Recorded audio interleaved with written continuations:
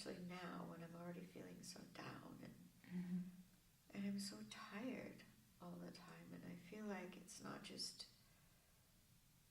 emotionally tired. I feel my body just feels like heavy, sort of, and I think I sort of use that as an excuse. Well, you're tired, you shouldn't go exercise, or which is totally the opposite. I know that because I know the more active you are, the more energy you have.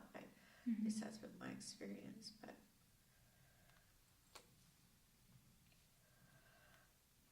so what do we do? What do I do? So I think you kind of already stated this, and I'm sure you know, being social with people is a skill, essentially.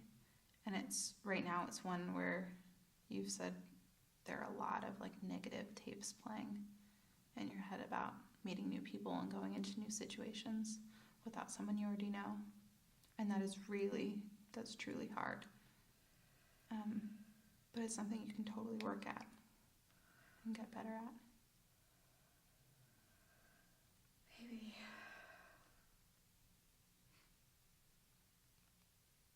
But I don't think one yoga class is going to fill my life. True. That's really true. What would you envision your life to be like if it were, if you had this like cloud hanging over you gone, if your mood kind of disappeared, what would your life look like? Ideally like it used to, but I mean, I know it was a decision that we jointly made, but being a teacher, I know that I wasn't going to come out here and apply for a job. I mean, Hal's going to retire in 3 years. I'm, close to retirement age also, and nobody hires 60-year-old teachers. They just don't. So I know I'm not going to be working, but I would still like to be of service somehow. I would like to feel like I were actively contributing to my community, I guess. Right. Making a difference somehow. Yeah. Sounds like you'd be really equipped to do that too. Oh, maybe. In the right scenario.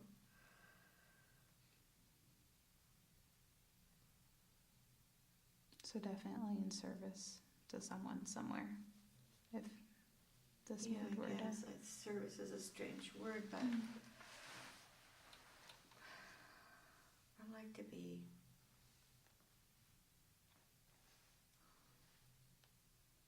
feeling like I'm making a difference, or at least like I'm contributing somehow. I mean, my mom and dad, I don't know that they made a big difference in the community. I mean, my dad worked at a factory all his life, and God help him, he did it to provide for us, and I don't know whether that made a difference, but it was a contribution. He was contributing to, a useful product, and he contributed to our lives because he provided for us and worked really hard so we could have a better life. And so it doesn't have to be a big deal, but I feel like I need to be doing something, not just sitting around. I need to be doing something, Productive, maybe. Productive, yeah. Yes, I need to be, exactly. That is it. I feel like I need to be productive, not just a blot on the landscape.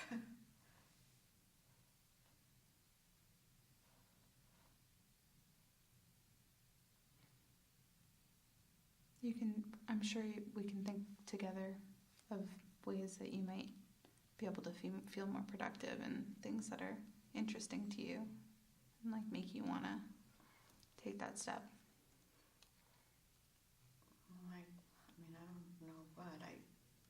I thought about substituting, but honestly, the school district here is so huge, and I was in a small little school, and most of the kids started kindergarten and went through 5th grade, and here, from what I've read, I mean, there are teachers that don't feel safe in their classroom, and I mean, I read an article about one grade school where 2/3 of the kids didn't speak English. I mean, I taught elementary school. I wouldn't know what to do. 2/3 of my students don't speak English. What do I do with that? So I don't think substituting is going to work for me. That would be a significant challenge. Yeah. Yeah.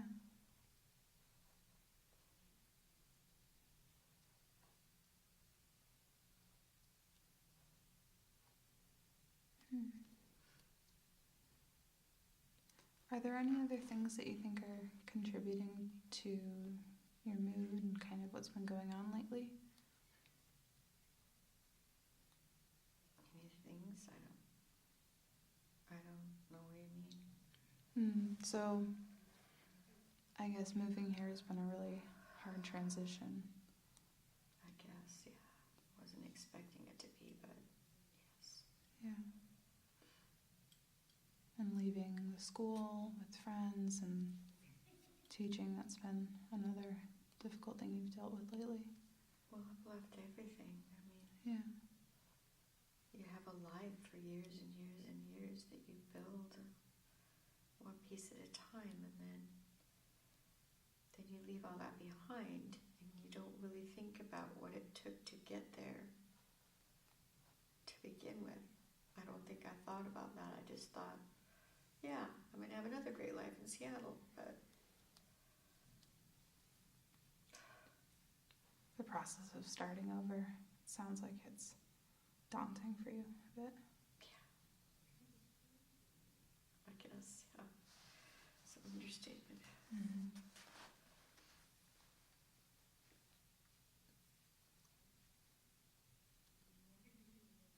Do you have any siblings? I'm just curious because you mentioned your dad working to provide for you. Yeah, I have a brother who's a very successful lawyer in Washington, D.C. Wow. And what's your relationship like with him? Not very good. I was always in his shadow. Everything always came easy for him. He was always popular, and he was everything I wasn't. And we were never particularly close.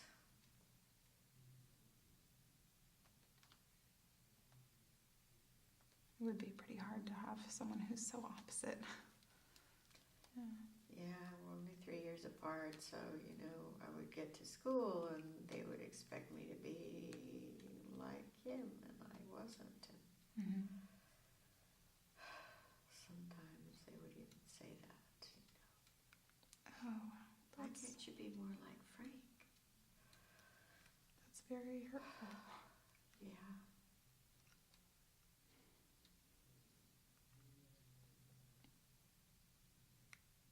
And of course, you're a different person with all kinds of different talents and things that are unique about you. Yeah, I don't think anybody really saw that, though, through most of my school. And, he didn't have to study. It was all just so easy for him. Whatever he took on, he could do. And he has this charismatic personality. And, I mean, he was never mean to me or anything. And in fact, he even would stand up for me sometimes at school. But I was just always so intimidated by him because I guess I sort of idolized him in a way too, because I wished in a way I could be like him.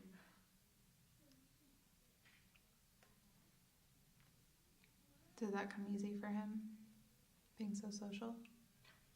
Yeah. Mm. Everything came easy for him. It still does. But he's been back there for a long time, and we really don't talk much. We see each other at Christmas, but that's about it. Mm-hmm. I mean, it's not, there's no antagonism, but, Right.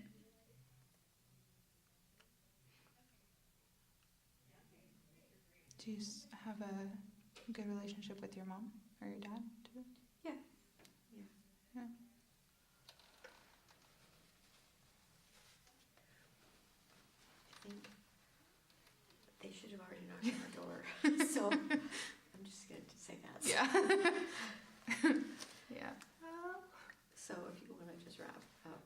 Sure. Well, it's been really nice to talk to you today.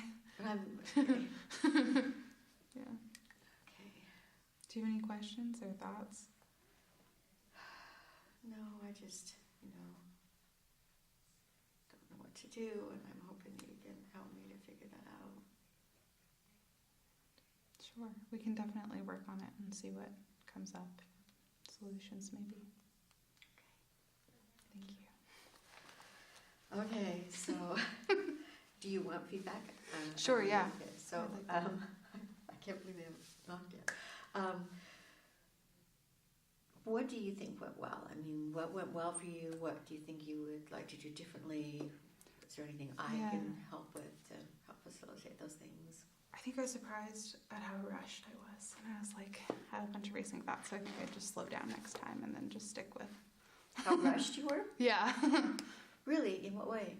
I think I was like just jumping very quickly from subject to subject, and I wasn't like very in line with your train of thought with things.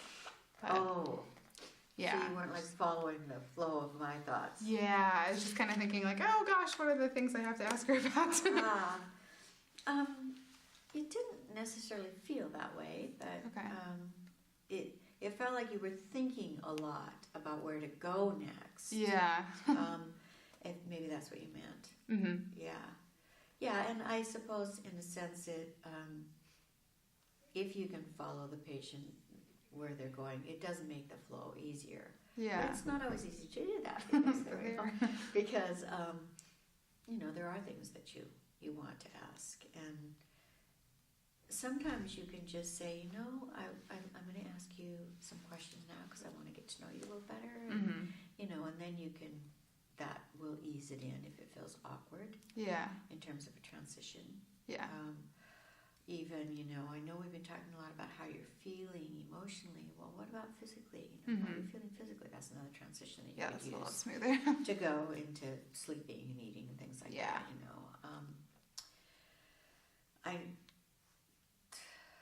So go ahead.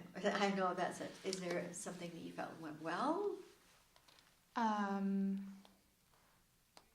normally not very comfortable with silence, but I was trying to just sit there and be like, don't panic. It's okay.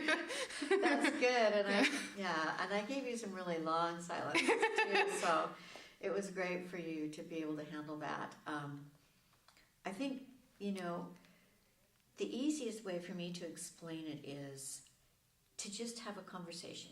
Forget that you're trying to figure out what's wrong or to figure out where to go next, and just get to know the person.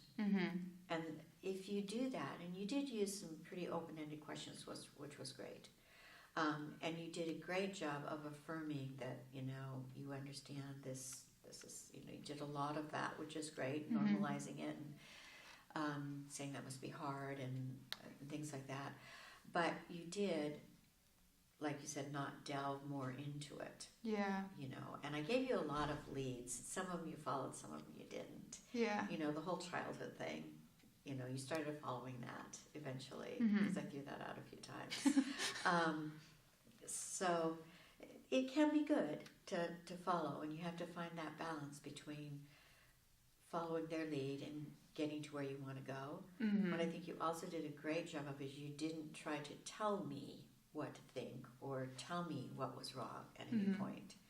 You said it's understandable, and that's different than saying, well, what I think is happening now is, you didn't do that, and that was great to, and I think you said something about me being the best person to do that or something. I don't know.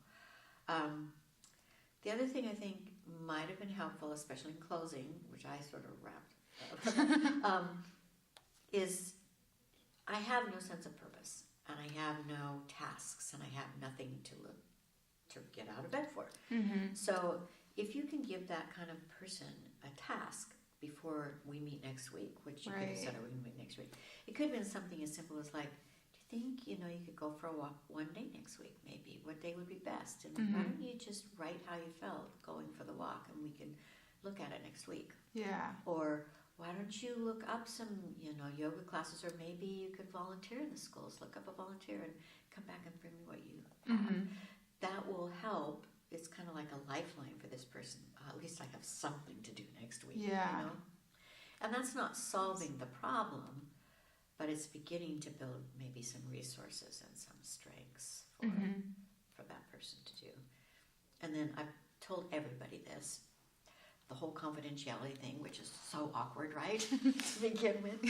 The thing that I think can make it smoother is if you make it about the other person's comfort rather than the legality of having to do it. Right, yeah. So if you say, something like, I know it could be hard to talk to a new person, and I just want to assure you that everything we say here is going to be in complete confidence, and so you can feel comfortable saying whatever you want to me. It's not going to go any further. And Yeah. the only exception would be is if I was really worried about you and I was afraid you'd hurt yourself or somebody else, then, we'd have to talk about that because I'd have to let somebody know.